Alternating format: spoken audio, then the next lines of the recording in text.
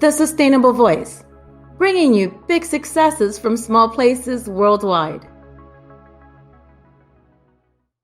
Hey everybody, it's Ashish. Welcome back to the Sustainable Voice. So I've got a pretty cool topic to talk to you about today. And by the time we're done today, you're going to know two things. You're going to know what a red mangrove is, and you're going to know how to talk to strangers in baby voices because you're going to hear me do it. So stick around. You're going to want to hear this. So let's jump right in and let's start in where we're talking about. You know, this episode, like every other, is about a big success in a small place. And there's no smaller than a little small uninhabited island off the coast of Cartagena in Colombia.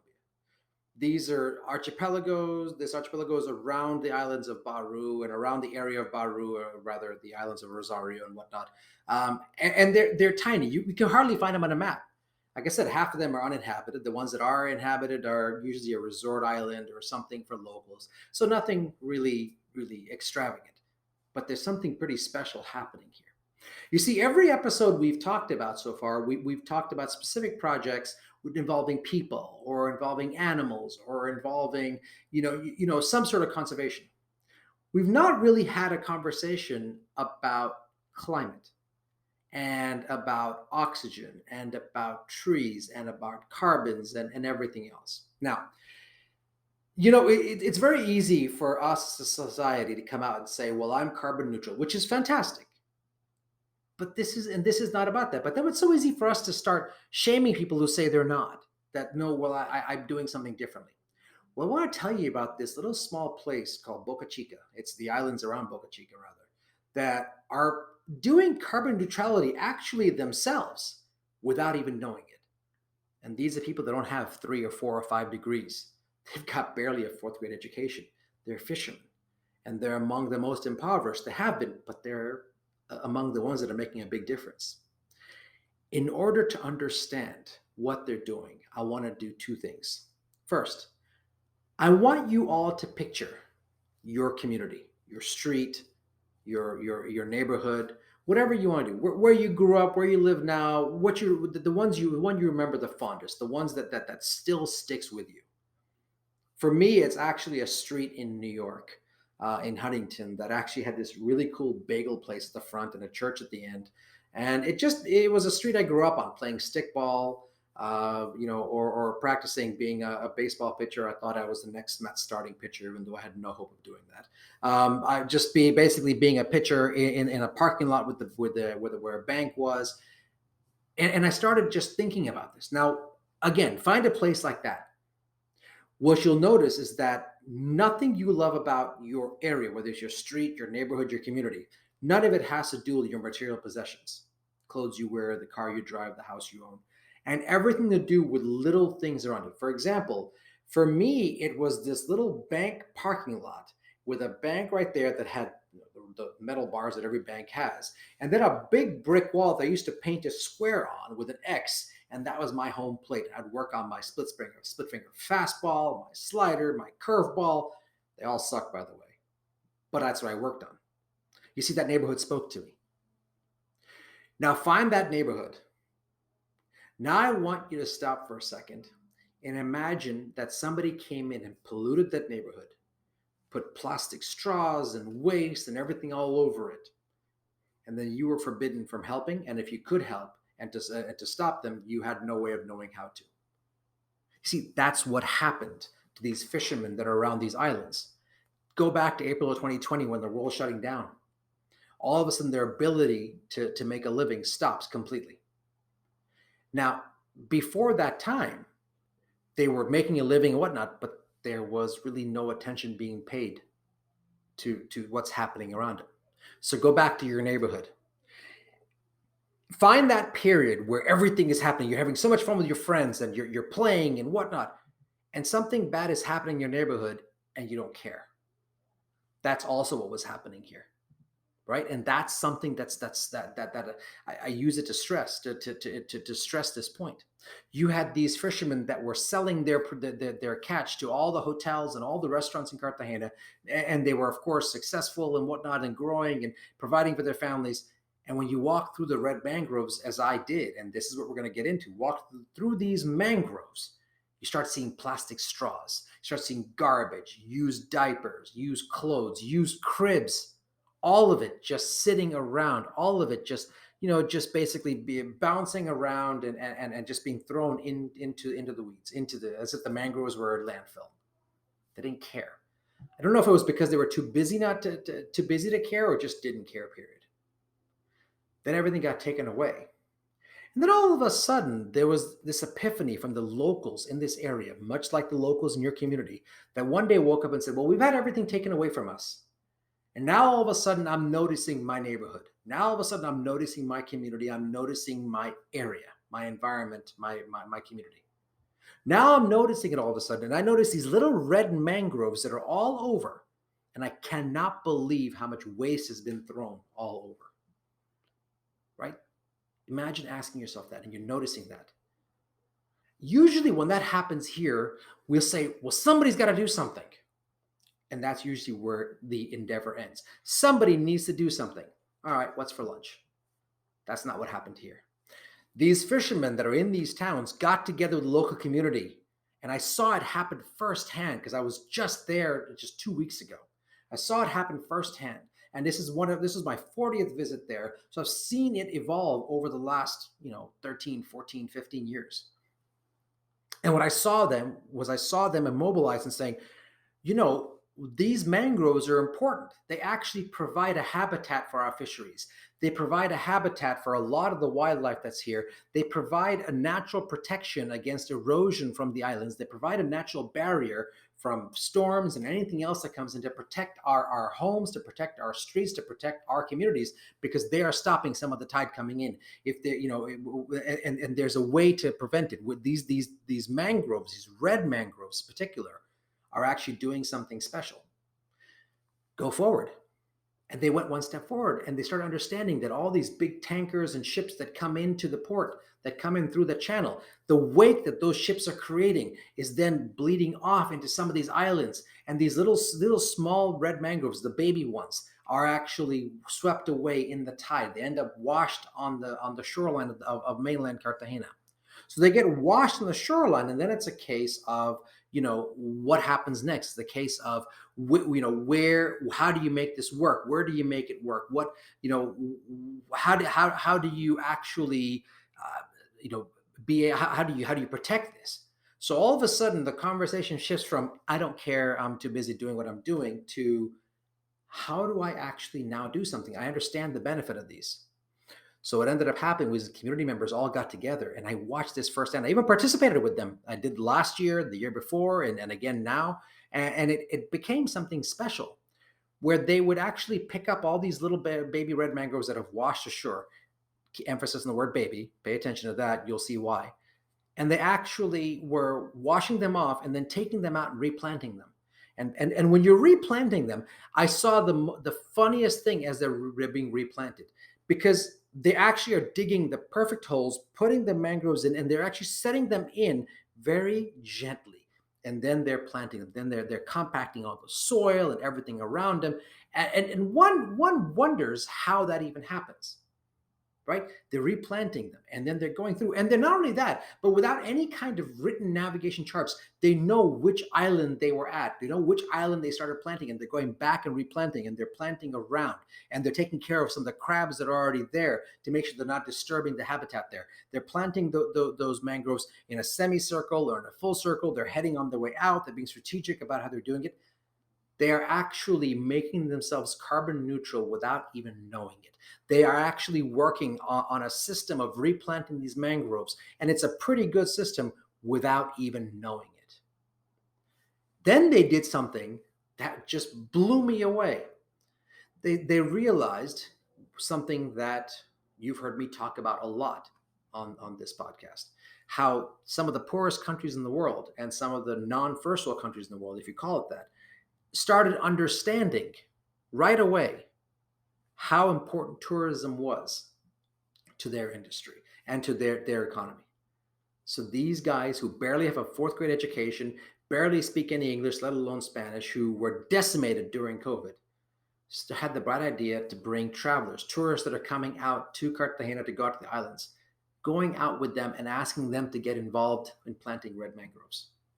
You had people who don't have even the semblance of a green thumb that said, yeah, we understand how important this is. We will do it with you. And then they're cutting these holes out. And I did it firsthand. And I have to tell you, what I saw start as a project of, okay, what is this for? Why am I doing this? Turn into, this is my child. I am actually sending my child off to school, to mangrove nursery. Now, you have to think about this for a second. Many of you that are listening probably have kids. Go back to the first day of school. Go back to when you dropped your kid off at school and you want that kid to look perfect. So you dress him up properly that day, give him his favorite lunchbox with either the Avengers or He-Man or Barbie or My Little Pony, whatever it is. I'm dating myself. But they give them those little mailbox, the lunchbox, and they go and they actually go to school. And then don't, what do? Right? You say, okay, you look great, honey. You're all set. You fix the collar, maybe even lick your hand, then fix their hair or lick it and fix their eyebrows or take off some dirt on their face. But you want them to look absolutely perfect. When you send them in, they don't look disheveled in the least bit. They look perfect. You got a picture in your mind, right? Come on, it's okay. You can admit it. We all know you did. I did it too. I even licked my hand. You can ask my children. But you see, there was something more that goes into it. I saw these people that have no earthly reason to care about mangroves because they didn't before. All of a sudden understand that these red mangroves absorb more carbon dioxide than some trees do, many trees do. They give off more oxygen, 10 times, up to 10 times as much as trees do. And the fact that they actually are helping to protect what is their natural habitat. They actually are helping to preserve and prevent and slow down erosion within these islands. And all of a sudden, the garbage is getting picked up. The locals are stepping in and picking up the garbage and actually then, taking it upon themselves. And it goes from somebody to do something, somebody should do something, to I need to do something. It goes from, oh my gosh, we need to do something, to I'm doing something and we're doing something. It goes from come visit Colombia to come see what I'm doing in Colombia. Would you please take part in this? We'd love if you did. Think about that. It's like the ultimate parent teacher conference, right? You go and you plant these mangroves, and then all of a sudden you got somebody saying, your mangrove's doing quite well. Your mangrove is actually paying attention and doing well with their homework. I kid. But I preface that because I watched this. I watched this happening firsthand with that same person who's picking up the garbage, then planting mangroves, and is literally putting the seeds in, is cutting the perfect hole, putting the roots in, the baby stem in. And if a little piece of the root sticking out, they're digging again, they're putting it in perfectly, and they're putting it next to where the other mangroves have grown. And if the root is stem there, because mangroves roots go out, they actually are digging around it and then putting it there. They're digging around it, they're not cutting the root, right? Think about that. Imagine you're planting something in your garden and you go to dig up and there's a root from a tree that's a little bit away. What do, right? You like a small little stem of a root. You just cut that and then you keep digging and go through. These guys are digging around it. There's little holes where there's little small crabs that have come in from the sea. They make sure they're not actually removing those holes. They're going to places closer to the mangrove and working in a circular fashion, going out to replant these mangroves. You think about this. Think about how special this is. And then the best part, they are talking to these mangroves as they're planting them. I mean, we're talking baby language. We're talking go go go go go go go as they're planting them. The only thing missing was the kids spitting up, or in this case, the mangrove spitting up. But everything else was there, or the baby food, which obviously is another issue altogether. But they were talking to them, so I couldn't believe it. I said, "Come on, who talks to mangroves?" I was wondering and laughing and chuckling, saying, "God, who talks to mangroves?" Until I did it myself. Until I'm planting these mangroves and going, okay, now you get big, little guy. You go ahead. You just keep taking in that water. And I swear, I caught myself going, what am I doing? And then I looked over at these other mangroves, the ones I planted last year that have now grown. And I'm measuring, going, wow, how big you've gotten. Look at that. Look at how big you've gotten. Aren't you just do, do, do, do, do, do. And then the baby language starts again. And I just stopped and said, I'm doing it. I'm doing the exact same thing. I'm doing exactly what these guys are doing. I'm talking to red mangroves in baby talk. I sound insane. And then I looked over and saw the people that are with me, and they're doing it too. And then I stopped and said, huh, maybe this isn't about mangroves or just mangroves. Maybe there's something else here that these locals have figured out. Now, remember, we're talking about Colombia. Everybody knows about Colombia's past. Everybody knows what is. You've all watched the different shows on Netflix and whatnot. Everybody knows what past it has. You have to be living under a rock to not know what it is. So, in a place like that, you've got locals who lost everything in the last 2 years, who in some cases in the remote islands, some form of martial law even took over. You went from that to talking in baby talk. Can't believe I'm doing that. And then I stopped for a second. I said, I'm here with 8 people, or 7 people plus me, 8 people. And they're talking in baby talk.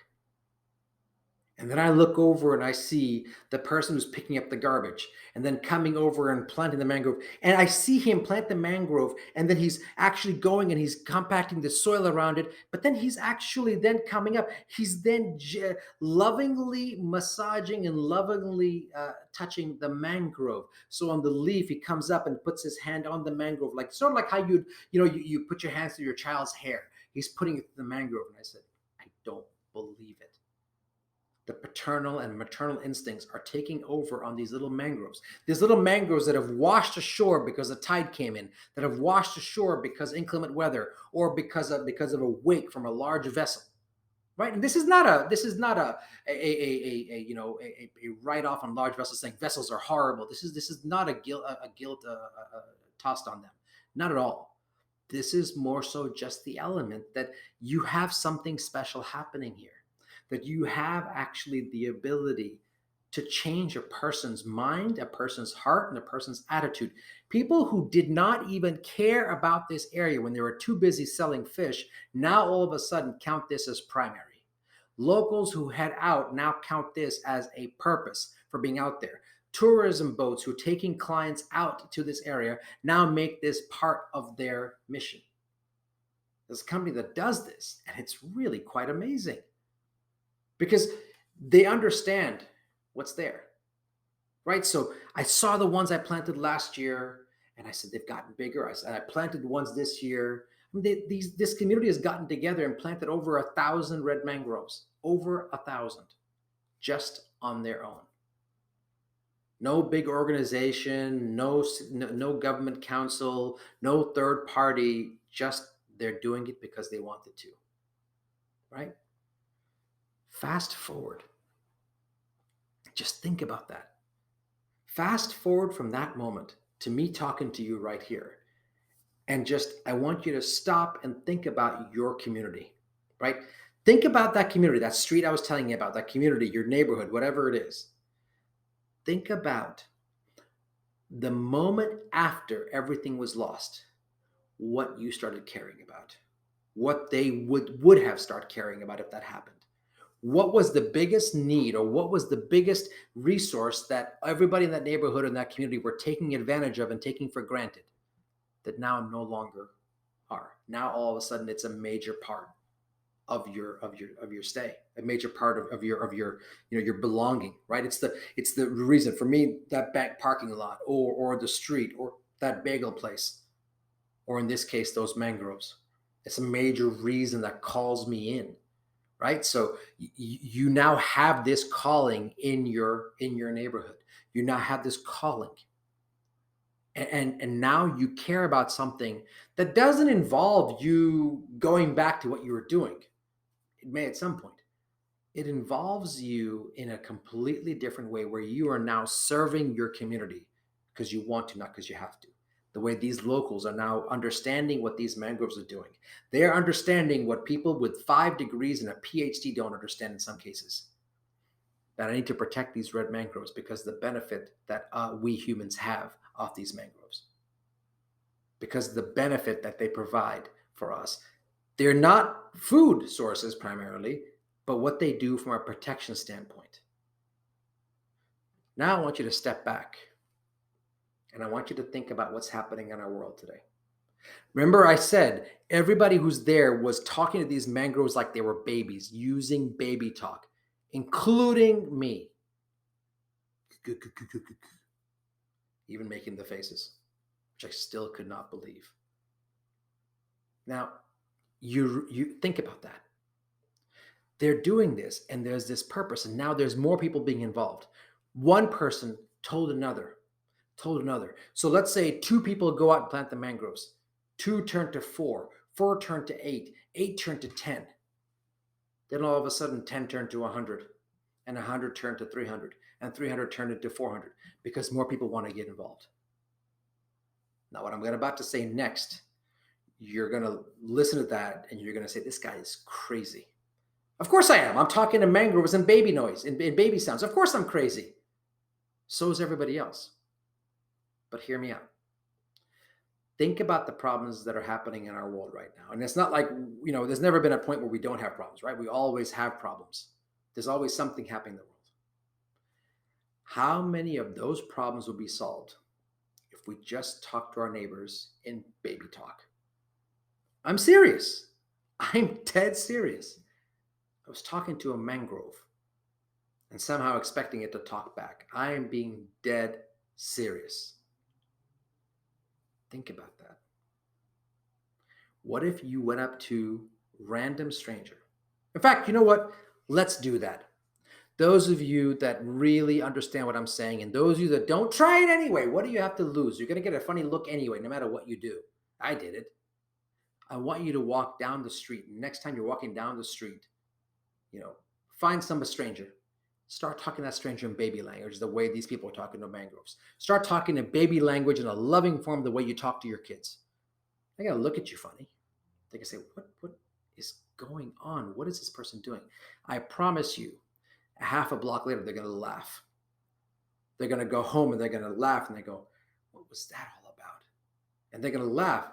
And then eventually they'll do it themselves. They'll do it to somebody else going, you know what? That actually was pretty funny. I got to go try that myself. That's the effect on something as simple as a mangrove has on people. That's the effect these mangroves have had on locals in these islands that were decimated, lost almost everything, were decimated. And the fact that they came together and they're replanting these mangroves and redefining how they move forward. You see, that's what everything we talk about is about, right? Every episode that we always bring up is about thought. Now, you don't have to agree with me. In fact, I encourage you not to. But I want you to just seriously sit down and think about this. Watch. I want you to look in the mirror the way I'm looking at you. I want you to start talking to yourself in baby language, the way people talk to those mangroves in baby language. Make faces, do whatever you want to do, but do it in a loving form. And watch the effect it has on you. That's the effect something as simple as a red mangrove has on these fishermen, and the effect it has on the travelers that are coming to Colombia. And that leads my final point of today's episode. These countries, like Colombia, that have shifted towards these red mangroves and other projects, they have understood the power of tourism. They've understood why tourism is so important. Sustainable tourism, but why it's so important. The fact that they're bringing you into this journey. The people that were with me when I was planting these mangroves 2 weeks ago, they still have not been able to forget the experience that they had. They have still not been able to we talked about that experience for days because they understood the impact they were having, because they understood what it was about. None of them have PhDs in biology, or maybe they do, I don't know about it. But yet they understood, they bought in. And see, that's what this is all about. That's really what this comes down to. The fact that you're talking about this experience, the fact that countries like Colombia actually understand, and I don't mean the country as a whole. Sure, of course, there's dissidents, but you've got people within the community, the ones that were the hardest hit, that understand, and now that word or their belief is spreading among different areas, different people. It's spreading.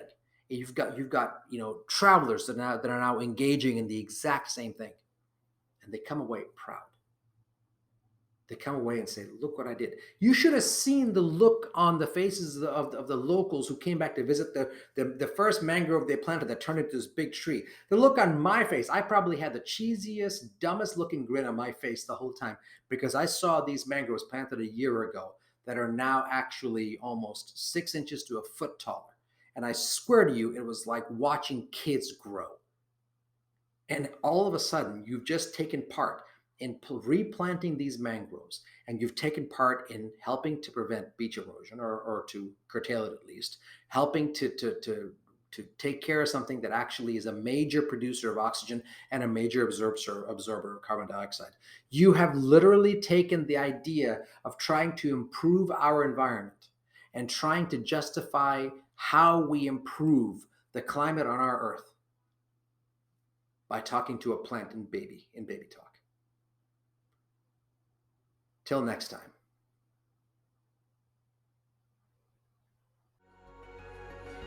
Thank you for listening to The Sustainable Voice. If you have a success story of your own, please reach out and share it with us. Would love to hear from you. See you next time.